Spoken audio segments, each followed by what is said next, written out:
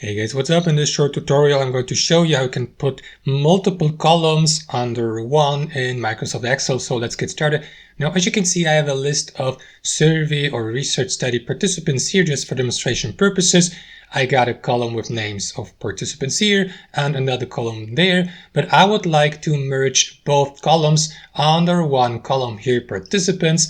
However, participants or the cell participants is currently only under the column C. I would like to exceed it to column D2, but keep it in one cell actually, or in one column. So this is how we can do it, guys. Simply highlight both cells here, C and D3 in this case, and head over to home here, the top left corner, then head over to alignment here and select merge and center here. And there you go. As you can see, these two columns or these two cells have been merged into one column. That's basically it. Thanks for watching. Have a wonderful day.